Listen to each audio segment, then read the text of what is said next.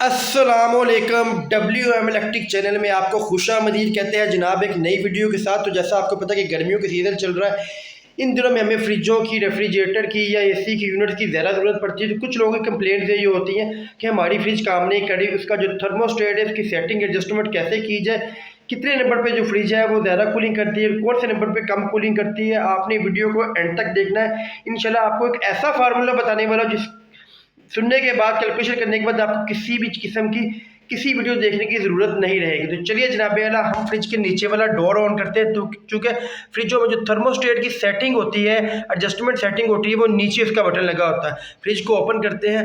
पुरानी फ्रिजों में जो एडजस्टमेंट आती थी वो यहाँ पे आती थी, जबकि नई फ्रिजें जितनी भी आ रही उनकी थर्मोस्टेट ये देखें, टेम्परेचर कंट्रोलर या थर्मोस्टेट यहाँ पे लगे होते हैं। ये देखिए इस वक्त जो हमारी फ्रिज है वो 3 पे काम कर रही है, क्योंकि हमारा टेम्परेचर बाहर का अभी जो 34 से 35 के दरमियान है। तो आपको सारा प्रैक्टिकली करके दिखाते हैं। फ्रिज की जो होती है एडजस्टमेंट वो 0 से 7 के दरमियान होती है, जिस तरह आपको स्क्रीन पे नज़र आ रहा है। तो जनाब आपको बताते हैं कि अगर तो बाहर का टेम्परेचर, आउटसाइड टेम्परेचर 15 से 20 के दरमियान है, तो आपने फ्रिज को 1 से 2 के दरमियान रखना है। ये 2 जो बिल्कुल इसके सामने बिल्कुल आना चाहिए। और अगर आउटसाइड बाहर का टेम्परेचर जो है वो 15 से 30 के दरमियान है, 15 से 30 डिग्री के दरमियान है, तो आपने फ्रिज को 20 और 30 के दरमियान रखना है। ठीक है, क्योंकि बाहर का टेम्परेचर जैसा होगा वैसे ही आपने थर्मोस्टेट की सेटिंग करनी है। अगर वैसे सेटिंग नहीं करते तो आपकी फ्रिज का जो कंप्रेसर है मुसलसल चलता रहेगा, हीटअप होता रहेगा।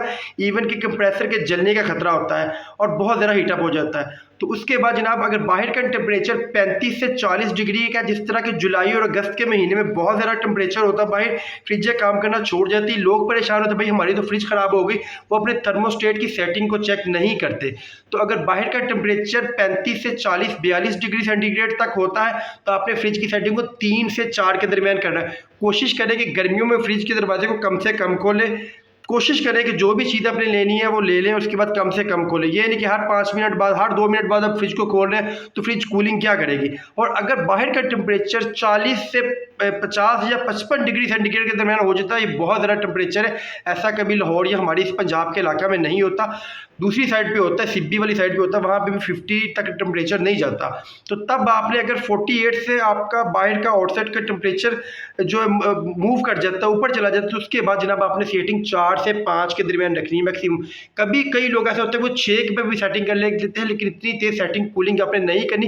कंप्रेसर मुसलसल चलता रहेगा, मुसलसल चलता रहेगा, हीटअप होता रहेगा, तो बहुत ज़्यादा नुकसान भी बड़ा हो सकता है। तो कोशिश करें कि बाहर के टेम्परेचर को जिस तरह मैंने आपको बताया, वीडियो को गौर से देखें। अगर फिर भी आप कुछ पूछना चाहें तो आप हमें कमेंट्स में भी पूछ सकते हैं, हमारे दिए गए व्हाट्सएप नंबर पे भी रब्ता कर सकते हैं।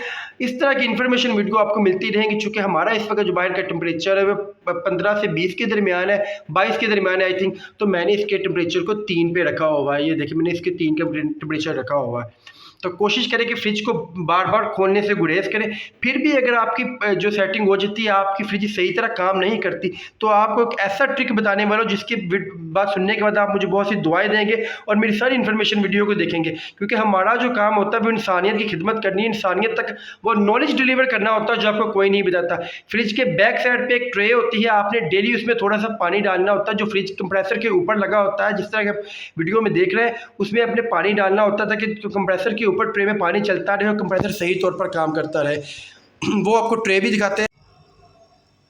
ये देखिए जी गाइस, ये फ्रिज की बैक साइड है, ये सारा फ्रिज का कंडेंसर होता है। और यहाँ पे ये देखिए ये ट्रे है, ये ट्रे जैसे आपको नज़र आ रही है, वाइट पीछे करके दिखाते हैं। ये ट्रे देखिए, इस वक्त ट्रे बिल्कुल सूखी हुई है, इसमें पानी डालते हैं और ये कंप्रेसर के बिल्कुल ऊपर होती है। ये आपका फ्रिज का कंप्रेसर होता है, ये ऊपर ट्रे लगी होती है। यहाँ पे आपने पानी डालना होता है।